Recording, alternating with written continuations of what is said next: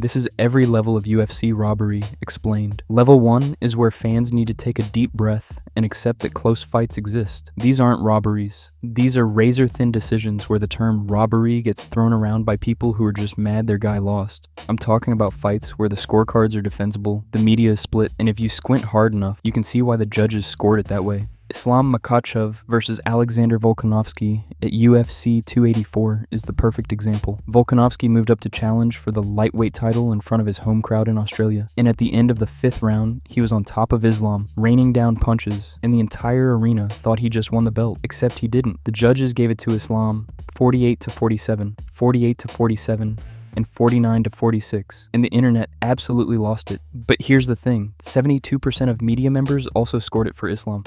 The controversy came down to round 4, where Islam held Volkanovski in a body triangle for most of the round, but didn't really do any damage. The judges rewarded the control. Volkanovski's fans rewarded the damage. It's a philosophical debate, not a robbery. Sean Strickland versus Dricus du Plessis at UFC 297 is another one. Strickland outlanded du Plessis 173 significant strikes to 137. He was technically sharper, his jab was cleaner, and his defense was beautiful, but du Plessis was the one pressing forward, landing the harder shots, and making Strickland's face swell up like a balloon. The judges gave it to du Plessis in a split decision. The media was split almost exactly down the middle. Dana White said he thought Strickland won.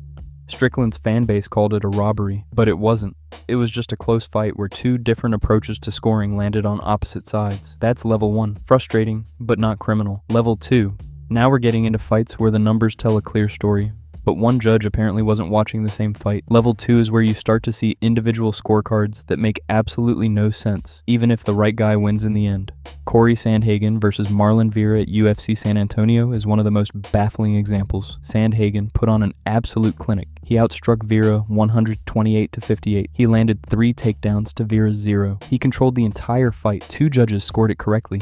50-45 and 49-46 for Sandhagen, but Judge Joel Ojeda scored it 48-47 for Vera. That means Ojeda watched Sandhagen land more than double the strikes, and still thought Vera won 3 rounds. 24 out of 24 media members scored it for Sandhagen. When the split decision was announced, Sandhagen's face went from confident to completely confused in half a second. It became an instant meme. The right man won. But the fact that it was even a split decision terrified everyone watching. Mateusz Gamrot versus Jalen Turner is another example of this. Gamrot took the fight on short notice and spent most of it wrestling Turner to the ground. He got 4 takedowns and over 6 minutes of control time, but Turner was the one landing the bigger shots on the feet. He rocked Gamrot multiple times and his strikes looked like they had actual fight-ending potential. The judges gave it to Gamrot in a split decision, rewarding the control over the damage. The media was divided, but a lot of people thought Turner did enough to win. It's the same debate as level 1, except this time, the statistics made it way harder to justify. Level 3. Level 3 is where robberies start to feel personal. Holly Holm versus Ketlin Vieira at UFC Vegas 55 is the poster child for this. Holm controlled the fight for over 10 minutes, pressing Vieira against the cage and outlanding her 188 strikes to 122. But Vieira landed the harder shots when they were separated and threatened a standing choke in round 2. The judges gave it to Vieira in a split decision. 18 out of 20 media members scored it for Holm. The decision was seen as the UFC judges actively punishing boring, control-heavy styles, even if it meant ignoring the actual criteria. It basically ended Holm's title hopes right there. But if Holm versus Vieira was the warning shot, Mario Bautista versus Jose Aldo was the declaration of war. At UFC 307, Bautista spent the majority of the fight pressing the legendary Jose Aldo against the fence. And here's the kicker. Bautista went 0 for 10 on takedown attempts. He failed every single one. He didn't advance position. He didn't land significant damage. He just held Aldo there and did nothing. Meanwhile, whenever they separated, Aldo was landing the cleaner, harder shots and visibly wobbling Bautista. The judges gave it to Bautista in a split decision anyway, purely because of control time. Conor McGregor publicly called it a bullshit decision. The unified rules literally state that control time is only a tiebreaker if effective striking and grappling are equal. Aldo won the striking. Bautista had 0 successful grappling. The control time should have been completely irrelevant, but the judges rewarded it anyway. The term wall and stall was everywhere for weeks after this. Level 4. Certain locations have developed a reputation for absolutely screwing over the visiting fighter. Brazil, Abu Dhabi, and recently France have all become places where if you're not the hometown hero, you better knock the other guy out because you're not winning a decision. The roar of the crowd apparently tricks judges into thinking blocked punches are landing. William Gomis versus Joanderson Brito at UFC Paris is a perfect example. Fighting in his hometown, Gomis was getting out-pressured and visibly rocked by Brito. In the third round, Brito landed strikes that had Gomis in straight survival mode, but the crowd was going absolutely insane for every single movement Gomis made, creating this auditory illusion that he was winning. The judges gave Gomis the split decision. Fans on Reddit immediately started posting threads titled, "Legit the biggest robbery I have ever seen." French judging became a meme instantly. Nathaniel Wood versus Jose Delgado at UFC 321 in Abu Dhabi is another one. Delgado dropped Wood in round 1 with a spinning back fist and appeared to land the harder shots in rounds 2 and 3. Wood rallied with pressure and volume late in the rounds, but it looked like he lost the damage battle. The judges gave Wood a unanimous decision.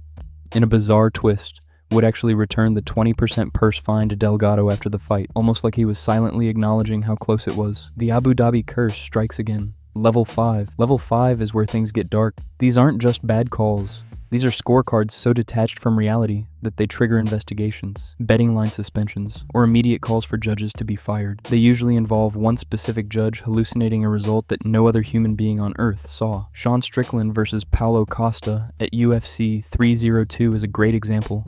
Strickland dominated Costa for 25 minutes. He marched him down, outlanded him, and dropped him with a head kick in the final seconds. Costa spent the entire fight retreating and landing sparse leg kicks. Two judges scored it correctly, 49-46 and 50-45 for Strickland. But Judge Dave Torelli turned in a scorecard of 49-46 for Costa. That means Torelli thought Costa won 4 rounds of a fight where he was getting battered. 23 out of 24 media members scored it for Strickland. Dana White exploded at the post-fight press conference. That guy should never ref a big fight again. They should kick him back down to the minor leagues. While the right man won, Torelli's scorecard was a level 5 robbery attempt. Valentina Shevchenko versus Alexa Grasso 2 at Noche UFC is even worse. In the rematch for the flyweight title, Valentina appeared to have done enough to regain her belt.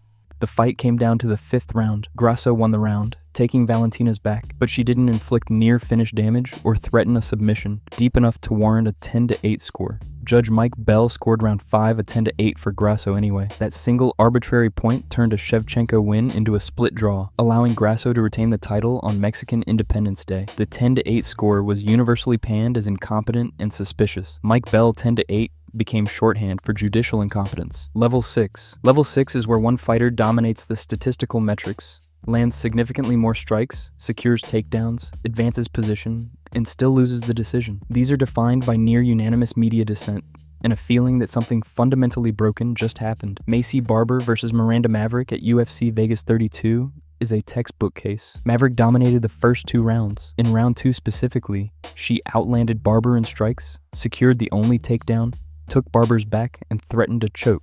Barber's only success came in a desperate 3rd round where she rallied. The judges gave it to Barber in a split decision, relying on 2 judges giving her round 2, a round she lost by every conceivable metric. 20 out of 20 media members scored the fight for Maverick.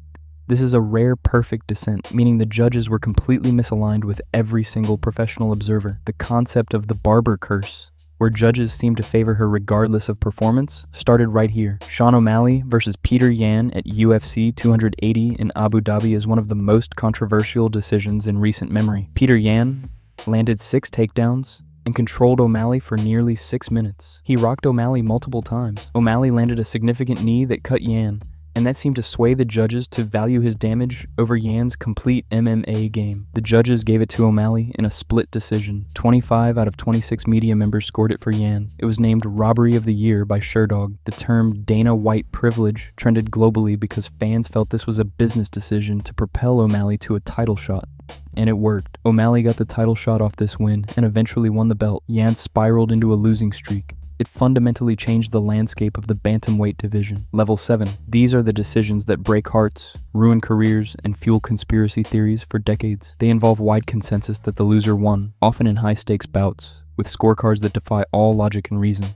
This is where the sport's credibility goes to die. Paddy Pimblett versus Jared Gordon at UFC 282 is one of the most universally hated decisions in UFC history. Jared Gordon outlanded Pimblett with left hooks repeatedly in round 1 and controlled him against the fence for nearly the entire third round. Pimblett did little but showboat. Gordon battered him in the exchanges and dictated where the fight took place. The judges awarded a unanimous decision to Pimblett, not a split decision. Unanimous. 23 out of 24 media outlets scored the fight for Gordon. Pimblett strutted around afterward, claiming it wasn't even close, turning him from a beloved Scouser into one of the sport's biggest heels. Gordon openly spoke about the depression that followed, watching his performance of a lifetime get stolen from him. The result was widely viewed as the UFC protecting its new cash cow.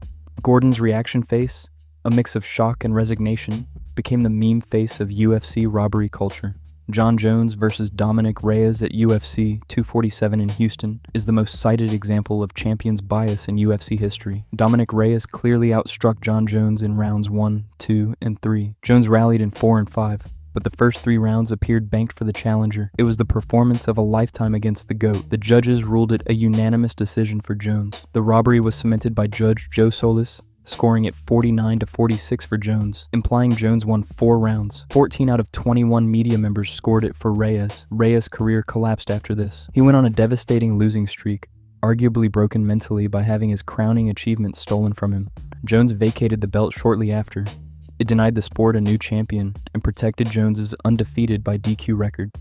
But the absolute top of the mountain, the worst robbery in recent UFC history, is Cyril Gane versus Alexander Volkov at UFC 310.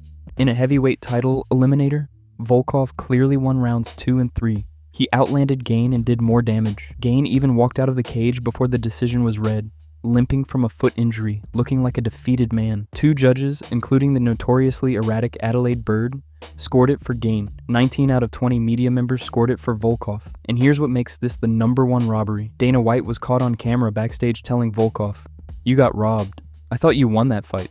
We'll make it right." When the boss of the company apologizes to the fighter for his own organization's judges, you know a crime has been committed. This decision derailed Volkov's final title run and gifted Gane a shot he didn't earn inside the cage, showcasing the utter lack of accountability in the current judging system. And that's every level of UFC robbery. From close fights people argue about the decision so bad, the promoter himself had to apologize.